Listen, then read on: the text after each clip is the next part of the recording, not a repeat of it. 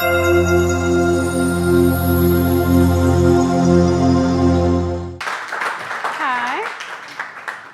So people often ask me how I got a job that allows me to travel. And the truth is that I actually made my job. I made a job when I realized that I didn't want a 9-to-5 that meant 2 weeks of vacation a year. Now, I was lucky that I grew up in a family that loved to travel. We would often do domestic road trips. When I got into my teen years, we started doing cruises. And I'm not sure if my parents were just really cool or maybe a little crazy, but they used to let me bring 5 to 10 friends along, and they would kind of chaperone us around Mexico and the Bahamas. I think it was pretty stressful for them, but for me, it really cemented my love of getting out of my hometown and seeing new things. When I went to college, I wasn't sure what I wanted to study, but I knew that I wanted to study abroad. And I ended up going to the University of Sydney in Australia.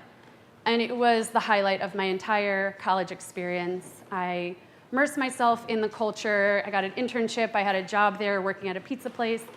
And I remember when it ended, calling my dad just in hysterics, saying that there was no way that I was going to get on that plane home. I did get on the plane home, but it was far from the last time that I would get on a plane and leave New York. Pretty much after that, I was hooked on travel. I had a waitressing job in New York, and I waitressed as much as I could, worked overtime to save every penny to go backpacking Europe during summers. During winter breaks, I would head to South America and bus around. When graduation started getting closer, I started getting anxiety. I had no desire to enter the real world. So I bought some time by getting my master's. Most people get a master's to get a better job after college. I got a master's so that I could prolong having to get a job. Eventually, the day did come when I had to put on the cap and gown. And I was really proud of myself for what I had done, but I still didn't have the drive that I saw. My friends were really excited about their career paths and had interviews lined up, and I had no desire to quit the waitressing job that I had. I had an awesome boss who would let me work as much as I want and then take off for as long as I wanted, and I thought that was a really awesome gig. My parents didn't think so. So after getting my master's, I kind of realized that meant my parents were expecting me to get this amazing job. My parents started nonchalantly leaving classified ads around the house, and I realized I should probably figure something out. So I went to Google to see if maybe there was a job that would make me seem more adult-like, maybe something a bit respectable that would also allow me to continue traveling. And I stumbled on travel blogging, which in 2011 was considered neither. But all jokes aside, travel blogging has become really important in the media world. In 2011, when I started doing this, people thought I was insane. They had no idea what that was. They thought it was kind of like an online diary. But nowadays, when I say I'm a blogger, people get it. Even if they're not quite sure how it works, they know people who are bloggers. So it's become a very important thing. What really helped me, it was really tough in 2011 to start, but what I did was I took online blogging classes, I took photography classes, and I really kind of honed my skill. But I was also so obsessed with travel and telling my story of being a solo female traveler that I had the knowledge, I had the passion, and if you have those things, your readers will see that and you'll become an expert in their eyes. For anyone interested in getting into blogging, there is a quote I've seen pop up on social media a bunch, and it's, just because I like my job doesn't mean it isn't work. It's a lot of work. You know, there's a lot of perks that come with travel blogging or just blogging in general about something you love. But you have to figure out how to monetize those perks in a way where you can still pay your rent. And if you are, you know, a travel blogger where you are your own brand, you have to sell yourself and you have to pitch yourself. It's definitely a hustling gig. So you have to realize what your value is and what you bring to the table.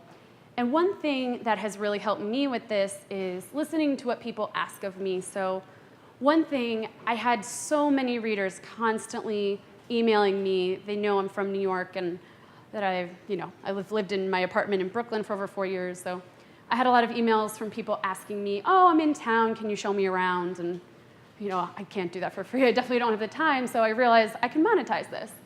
So I went and I got my guiding license. I started creating a few tours to sell on my blog. And a few years later, it's now a fully incorporated tour company. So I always try to look at what people are asking of me. And I always say, if you want something bad enough that you can see it crystal clear and you just can't picture your life without it, there's almost no way that you can't have it as long as you're willing to work for it. So that's my little tip for travel blogging. And I am offering, there's my quote. I am offering 50% off select blogging products and services on my blog. There's information on it in the iSugar pamphlet, or you can go to that link, or you can just see me after. So switching gears a bit, I wanted to also give some actual travel advice. And I decided to pick kind of 10 steps that I might take to book a trip and maximize the experience on a budget. And again, if there's anything you missed, you can always email me, and I have a ton of cards and things. So the first thing that I might do if I'm booking a trip is the flight. So I like to go to Skyscanner. And what's cool is they have an option for the destination to put in everywhere. So if you're kind of like, oh, I just want to go on a trip, I'm not sure where, put in New York or wherever you're starting from, put in everywhere, and you'll get a list of the cheapest place to fly right now or on your chosen dates, and then the most expensive to kind of give you an idea. From there, I always go to Google Flights. For me, this is like one of the top 3 travel tools, and there's a few reasons why. First of all, you type in, say you want to go to, we're going to Nice in a month. Say you want to go to New York City to Nice, and we have maybe suggested dates that we are thinking we'll want to go. You do the search, and it comes up with a calendar view of what it costs to fly on each day. It also will come up with an alert, say, oh, if you fly 2 days earlier, you're saved $200. It'll also give you a map view to see, okay, flying to Nice is this much, but flying to Marseille is this much. And it'll show you the nearby cities, so you can really get a picture of what the cheapest routes are and when. I also love it because when you click that Book Now button, it takes you directly to the airline's website. I only book direct, and again, a few reasons why. Everyone who travels should be signed up for free rewards programs through airlines and hotels. There's so many perks that go along with it. I just went to Savannah. I'm a Kimpton Karma Rewards member. Just for being a rewards member, I got a $10 credit for the mini bar. No, gimmicks. I also have been a big Delta flyer for a long time. I'm very loyal to the airline. Not that it's even my favorite airline, but I've been flying them for so long. I have so many points. I just want to keep racking up the points.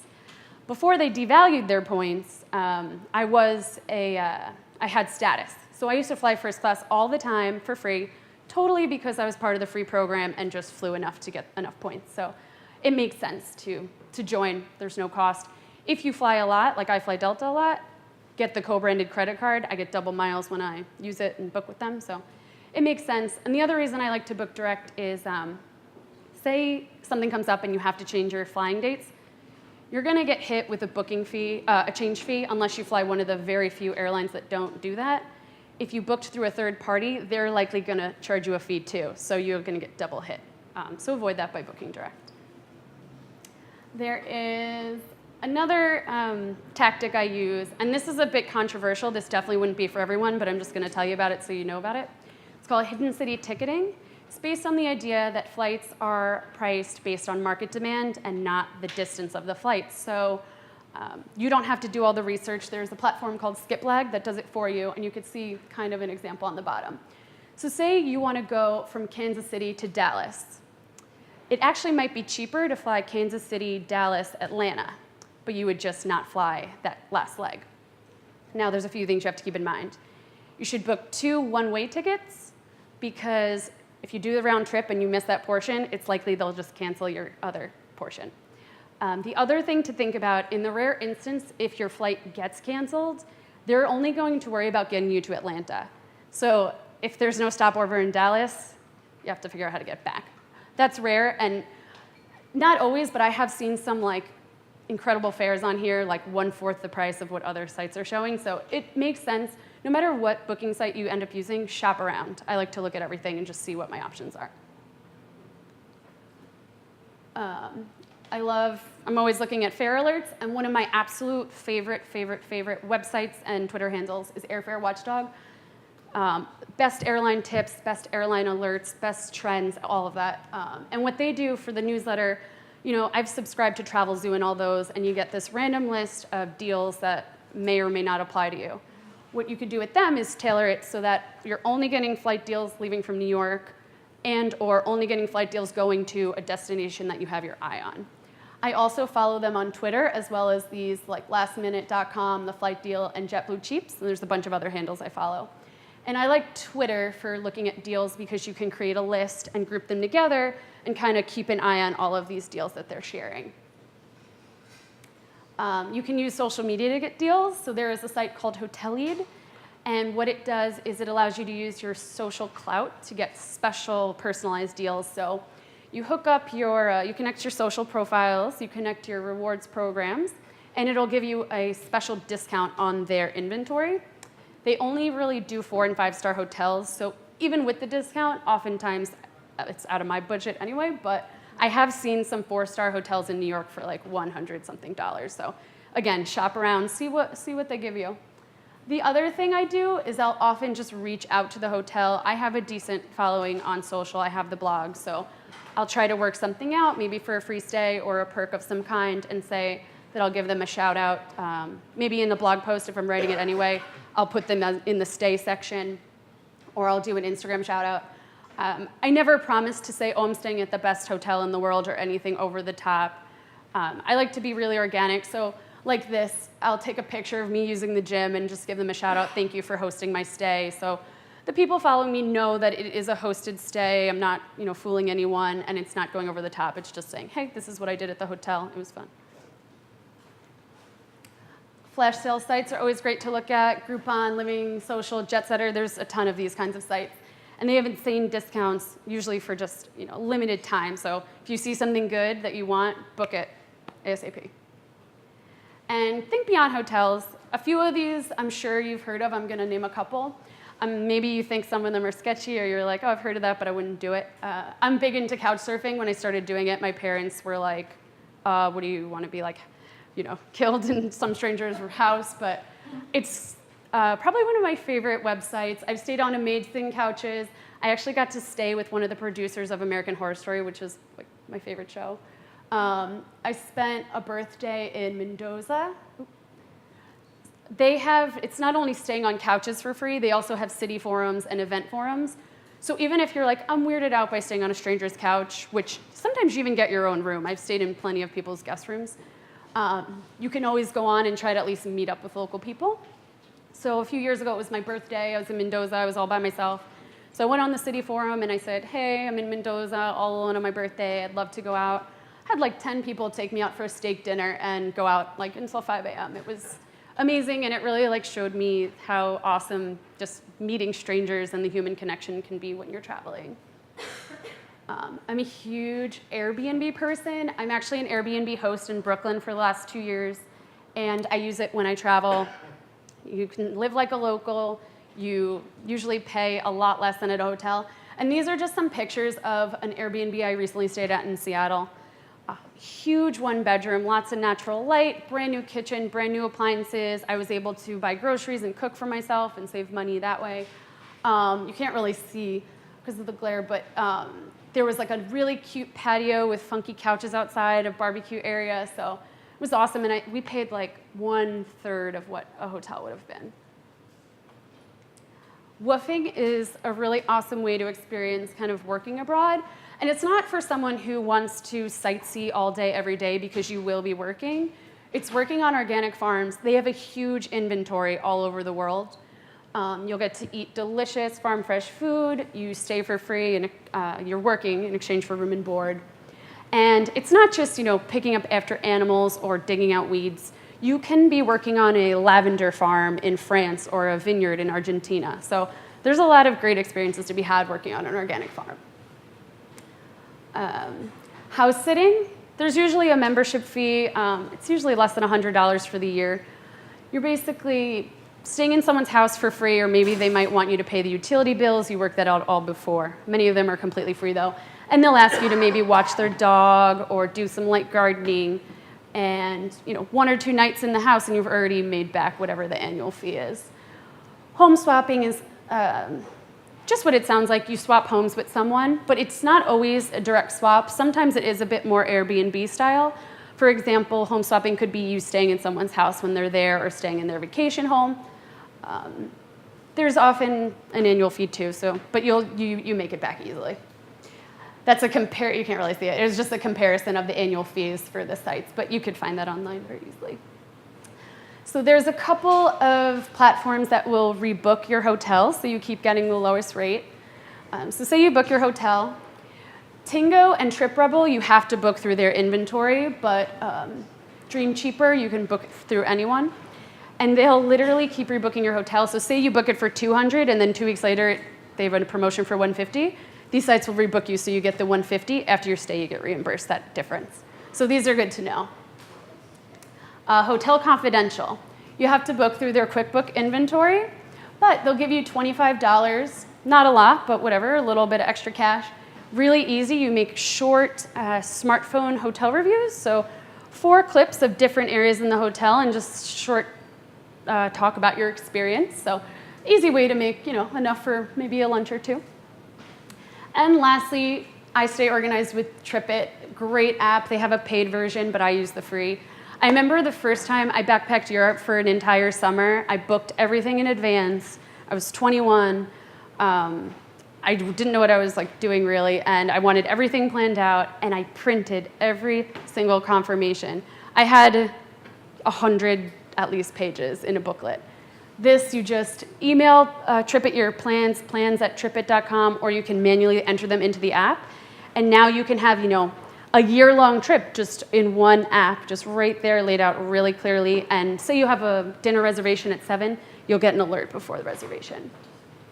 So really quickly, I have this random mismatch of just some random things I always travel with, different products and gear, mainly for safety and health. There are a few brands that have this pickpocket-proof clothing. I use Clever Travel Companion, but I know Clothing Arts has similar, and I'm sure there's other companies. So these are I wear them as under my pants. There's little hidden pockets. So you can put your money and cards in here. No one will know that you have that stuff on you. It's under your clothes. They make leggings, underwear, tank tops and things like that. So I love it. And if you wear a bag, it lets you leave that at home. I'm a big fan of Aromaflage. This is a perfume and bug spray at once. It's all natural, made with essential oils and alcohol. And I like it because it kind of kills 2 birds with 1 stone. I only travel with a carry-on, so I'm always into downsizing. And this lets me not have to pack a bug spray and a perfume. I just have this little thing. In terms of safety, again, I always used a safety whistle. This has been worth $1 million to me traveling solo. But recently I got into this. This is a RoboCop personal alarm, and I wear it as a bracelet. I even wear it in Brooklyn when I'm walking around at night. I won't do it because everyone will hate me. But if I pulled this pin out right now, you would hear the same sound as a fire truck. So you basically become an alarm yourself. This I use when I go to places where the tap water isn't drinkable. It uses UV light. You stick it in the water, and it kills all the bacteria that could be harmful. So if you're going somewhere, it's nice to have. You don't have to worry about ever having to run out at 3 a.m. because there's no water to have in your hotel room.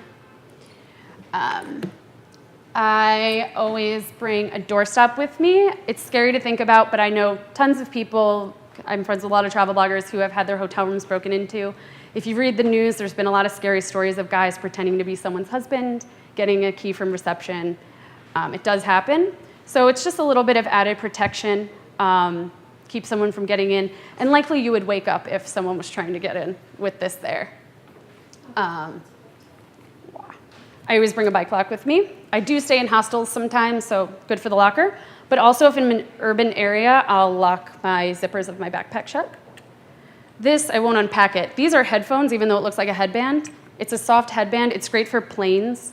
Or if you're like me, I like to listen to soft sounds when I'm sleeping. And you won't have hard plastic on your ear.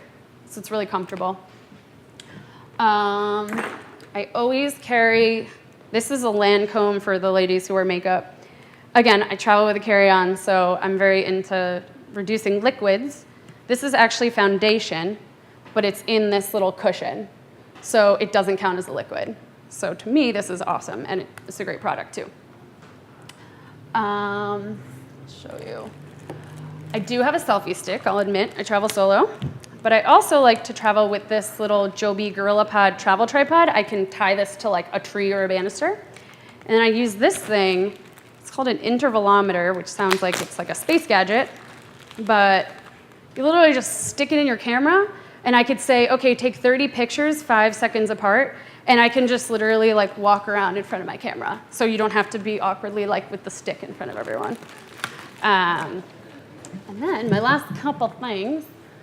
I love coffee, and I can't really be without it when traveling and on the go. I know in other countries I don't always like the coffee, and I've seen another trend in hotels where you have to like get the coffee machine upon request, and then sometimes they forget or it takes 2 hours. These are little tiny coffee cubes pre-sweetened with organic unrefined cane sugar. 2 of them is equivalent to a cup of coffee. So they're called Jiva cubes. I think these are the best little thing to throw in my bag if I'm on the go and need coffee. Simple. I always bring a sleep mask. Great for planes. Really makes a difference in being able to sleep on a plane or not. And then lastly, I'm a big fan of this brand, Mad Hippie. All their stuff is small enough for a carry-on. And I don't travel with makeup really. Sometimes I'll bring that foundation, but it's vitamin C serum, so you just rub some on your face and you literally look like just bright and beautiful. So those are my tips, and hope you learned something.